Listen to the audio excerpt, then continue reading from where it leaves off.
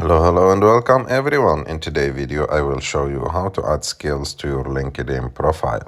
To do this it's very simple. You have just to go to LinkedIn and after that click on your picture on the top top left of the screen, and after that click on your name, and after that click on add section. You can click on add section or scroll down a little bit until you find skills and click add skills.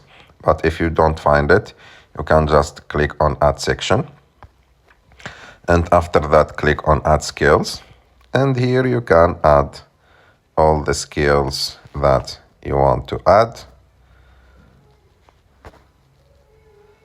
And so after that, if you want to add more, you can click on add more skills, and you can add the skills like that, and of course they will be shown on your profile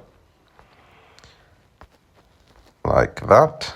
So when you go to skills, as you can see, there is English and engineering, and if you want to add more, you have just to click on the plus and you will have the option to add more skills.